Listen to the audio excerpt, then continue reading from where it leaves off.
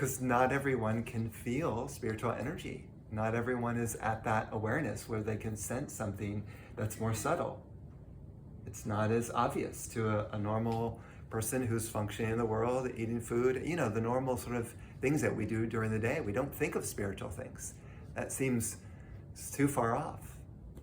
So I joke about this, that I like to share woo-woo. Invisible things that you can't understand really intellectually. You have to be able to feel it. In order to feel it, you have to become very sensitive. You have to become very refined. How do you develop a refinement? How do you refine your consciousness? And the very first thing, that may be the obvious thing, but maybe not everyone thinks about this, is simply what you eat. How you take care of your body. That's the first thing. If your body is heavy, and let's say, I don't know, you eat a lot of donuts and smoke a lot of cigarettes or something, it may be difficult to connect to spiritual energy because your bodies are dense. So the first thing is changing diet, making it more into a spiritual diet. Eat foods that have high prana, energy, life force. Does anyone have a garden? Anyone have a garden? So those of you who don't, go to their homes and get some food. Get some food out of their garden. Become their friend. There's a few. There's enough, And even ideally, have a community garden out here, where you, I don't know, maybe they meet, the Chamber of Commerce meets here, they can encourage people to plant their own garden, to create life force, so that when they eat that food, that supports their meditation, makes their body more refined, and it is guaranteed it will be more likely you'll be able to feel spiritual energy just by that one change alone. One change. It seems so simple. But eating is a great responsibility. It's also what you consume with your mind. What do you watch on TV? Do you watch drama? Drama's very exciting. So many movies on drama. And so if you watch drama and your mind consumes drama, it's going to be extremely hard to meditate. It's going to be hard to find your soul when your mind is just thinking about soap operas. When I was a kid, I watched this show called Days of Our Lives. I think it's still going on. With my mother, no less. She loved that. But that's a drama consciousness. It's hard to grow spiritually when one is consuming TV and news. So one way to get closer to a subtle spiritual connection is to simply, not watch those shows. Or if you do love to watch shows, YouTube and things like that, then search for saints and listen to the content on saints. And that will keep you inspired on your spiritual path. That would be like an alternative. So it may be hard to cut cold turkey TV out of your life, but just watch what you consume on TV. And these kinds of gatherings are recorded on YouTube. I was going to send it to Michelle so that people could kind of rewatch and connect to the energy that's now infused in the recording. And so that would be helpful to kind of keep reminding oneself about the importance of one's spiritual quest. And I do it. I have no idea. A lot of times I don't even know what I said during these gatherings, and I have to re-watch the recording at home just to remember. So, and it helps me too, because I'm attuning to the energy just like anyone else is. I'm here as everyone else. So, and then there's a path of what I call the intellect, or the buddhi. I was just talking about this with someone today, or a group today. This idea of the buddhi, the intellect. It's contemplation about the divine, so divine topics. So as an example, go find a friend who likes to talk about God. So, and have those conversations. Because a lot of people, they get into what I would call gossip. They talk about other people. This person did this person did this. Oh, I saw this today. Like it's gossip consciousness. So try to convince your friend to have conversations with you about divine topics. And that will also help to uplift your intellect into we'll say, if you want to call it a higher state of consciousness. So if you don't have a friend that wants to talk to you about divine topics, then read a book that contemplates for you. I've got this book in my car, I think it's right now, but you can't fit much in your car. That's all I have is what's in my Prius out there.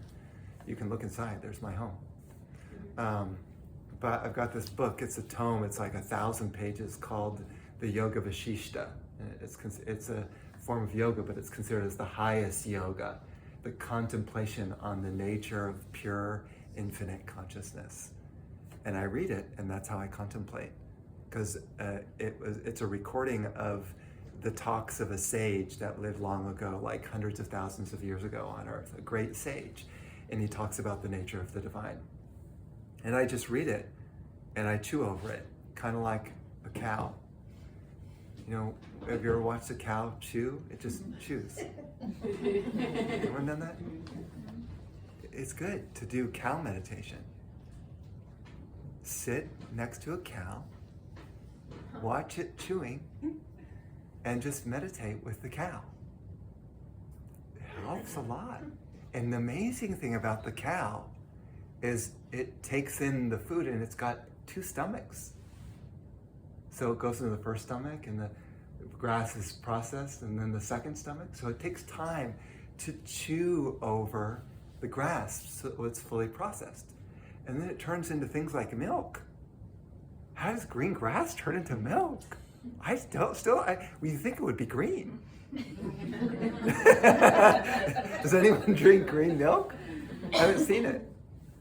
So this is what we do when we take the knowledge. We read a book about spirituality, contemplating the divine, and we chew over it, and it starts to percolate through our system.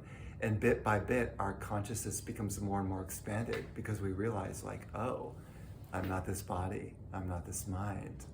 I am pure spirit, which has no location and no bounds. That's the contemplation. That's the expansion of your intellect, your intellectual body. Very powerful. You can do this so deeply that you'll go into meditations, profound states where someone could tap you on the shoulder and you'll be totally unaware, because you'll be so immersed in that meditation. That is a profound buddhi or state of consciousness and intellect. And so you deepen your that state deeper and deeper in meditations, and ultimately the sort of final stage is breaking through, well, I'll say almost the final stage. You break through the intellect and into your bliss body. Everyone has a bliss body. Did you know this? And the bliss body arises when all your desires for life are gone. You don't want anything. And because the mind is a thinking machine, it just wants to think about desires all day long. I need to do this, I have to do this, I have to go here, I have to eat this. This is a desire thinking machine. Once all desires are gone, what happens to the mind? It shuts off. And you enter into your bliss body. This state of being absorbed in bliss is so powerful, you will be crying. the happiness will be almost too hard to handle. An ocean of happiness, endless, unstoppable. The world is gone. You have that body waiting for you. Here's a funny thing. In India, when one of the swamis or one of the sadhus, the renunciates, reaches into the bliss body, they experience that. They add ananda to their name. So, as an example, if you ever read autobiography of a yogi, that's written by Paramahansa Yogananda.